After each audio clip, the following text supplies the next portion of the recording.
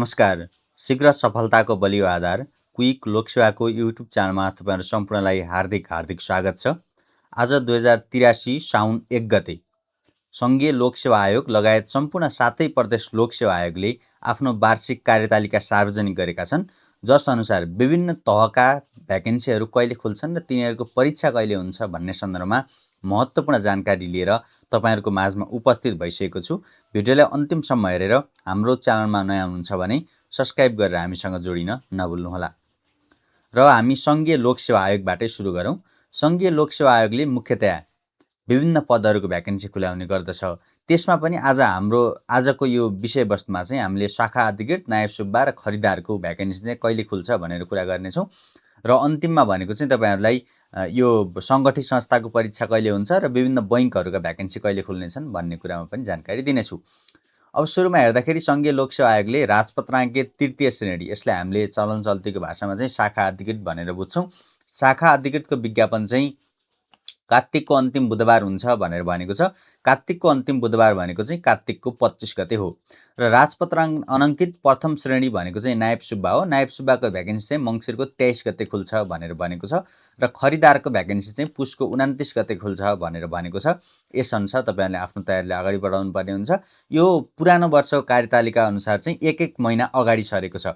पहिलाको पुरानो वर्षमा चाहिँ 1 महिना ढिलो खुल्थ्यो भने अहिले चाहिँ मङ्सिरमै खुल्ने भएर 1 महिना पहिला र पुसमा खुल्ने भएर 1 महिना अगाडि चाहिँ सरेको छ। तसर्थ पनि तयारीले अझै अगाडि बढाउनु पर्ने देखिन्छ। र अब कोशी प्रदेश लोकसेवा आयोगले चाहिँ 7औं तहको भ्याकेन्सी असोजको अन्तिम सोमबार हुन्छ भनेको छ। यो चाहिँ असोजको 26 गते हो। र 5औं तहको चाहिँ मङ्सिरको 28 गते र 4थो तहको माघको 25 गते हुन्छ भनेर भनेको छ कोशी प्रदेश लोकसेवा आयोगले। अब कुरा गरौँ मध्य प्रदेश लोकसेवा आयोगको। मध्य प्रदेश लोकसेवा आयोगको 7औं तहको भ्याकेन्सी भनेको चाहिँ असोजको 29 गते आउँछ। त्यसैगरी 5औं तहको मङ्सिरको 24 गते र 4थो तहको भनेको चाहिँ माघको 28 गते आउँछ भनेर भनेको छ।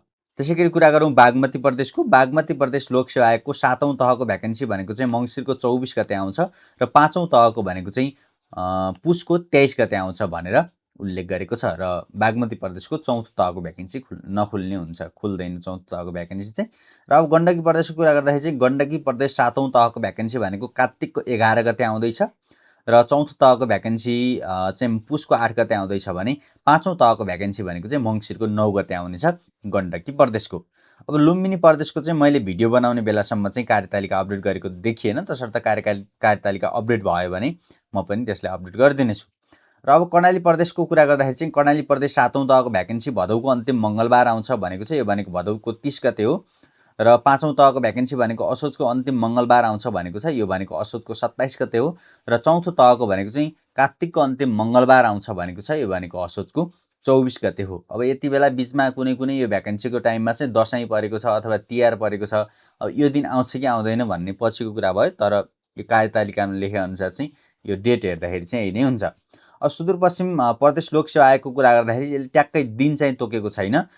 7औं तहको फागुनमा, 5औं तहको चैतमा र 4थो तहको वैशाखमा भ्याकेन्सी आउँछ भनेर उल्लेख गरेको छ। यो चाहिँ 7वटा प्रदेशको र सङ्घको लोकसेवा आयोगले चाहिँ कहिले भ्याकेन्सी खुलाउँछन् भन्ने जानकारी भयो। अब यिनीहरूको परीक्षा कहिले हुन्छ भन्ने सन्दर्भमा चाहिँ तपाईहरुले यो अर्को कार्यतालिका हेर्नुपर्ने हुन्छ। यो जुन कार्यतालिका छ यसमा चाहिँ तपाईहरुले परीक्षा कहिले हुन्छ भनेर पनि, जस्तै अब यो राजपत्राङ्कित तृतीय श्रेणीको जुन कार्तिकको अन्तिम बुधबार हुन्छ भनेका थियौँ, अब यसको परीक्षा सञ्चालन चाहिँ पुसमा हुन्छ भनेर भनेको छ। र अब नासुको परीक्षा कहिले सञ्चालन हुन्छ भनेर सोद्धाखेरि चाहिँ माघमा परीक्षा सञ्चालन हुन्छ। खरिदारको चाहिँ फागुनमा परीक्षा सञ्चालन हुन्छ भनेर उल्लेख गरेको छ। तपाईहरुले यहाँबाट पनि हेर्न सक्नुहुन्छ। यो चाहिँ लोकसेवा आयोगको वेबसाइटमा पनि रहेको छ। र अन्य नेपाली सेना, नेपाल प्रहरी, सशस्त्र प्रहरी, राष्ट्रिय अनुसन्धान विभागको पनि यहाँ उल्लेख गरेको छ। अब हामी यतैतिर अगाडि बढौँ। अब यतैतिर अगाडि बढ्दाखेरि चाहिँ यता के छ भन्दाखेरि अब सङ्गठित संस्थाहरूको लागि अब अहिलेको मुख्य कुरा के हो त भन्दाखेरि सहायक स्तर प्रथम श्रेणी नासु वा सोसर अथवा 5औं तहको पूर्व योग्यता परीक्षा कहिले हुन्छ भन्ने कुरा गर्दाखेरि चाहिँ यो असोजको 3 गते हुन्छ 5औं तहको। 4थो तहको चाहिँ असोजको 4 गते हुन्छ। यो पोहोर पनि यही समयमा थियो र अहिले पनि यही समयमा नै छ, तर पोहोर चाहिँ यो जेएनजी आन्दोलनले गर्दाखेरि सर्यो। यो अब असोजको 3 गते 5औं तहको हुन्छ, असोजको 4 गते 4थो तहको हुन्छ। अब यसको भ्याकेन्सी कहिले खुल्छ भन्दाखेरि चाहिँ साउनको 6 गते खुलिहाल्छ। अब पहिलो बुधबार चाहिँ खुल्छ, साउन महिनाको पहिलो बुधबार खुल्छ र नतिजा चाहिँ असोज अथवा कार्तिकको महिना चाहिँ प्रकाशन हुन्छ भनेर उल्लेख गरेको छ। र अहिले यो वर्षबाट चाहिँ सङ्गठित संस्थाको परीक्षा चाहिँ यो साउनको महिना मात्रै होइन, 2084 सालको वैशाख 8 गते अर्को भ्याकेन्सी खुल्नेछ पूर्व योग्यता परीक्षाको लागि, र 2084 सालको असारको 5 गते र असारको 6 गते पनि पूर्व योग्यताको अर्को परीक्षा हुनेछ। यो 83 सालको साउन 6 गते भ्याकेन्सी खोलेर 83 सालको असोज 3 गते एउटा परीक्षा हुन्छ, यो ठिक छ। र अर्को चाहिँ 84 सालको वैशाख 8 गते भ्याकेन्सी खोलेर 84 सालको असार 6 गते र असार 5 गते पनि परीक्षा हुनेछ सङ्गठित संस्थाको पूर्व योग्यता परीक्षाको लागि। अब बैङ्कहरूको कुरा गर्दा चाहिँ नेपाल राष्ट्र बैङ्कको भ्याकेन्सीको विज्ञापन चाहिँ असोज अथवा कार्तिकको महिना आउँछ र परीक्षा चाहिँ मङ्सिर अथवा पुसको महिना हुन्छ भनेर उल्लेख गरेको छ।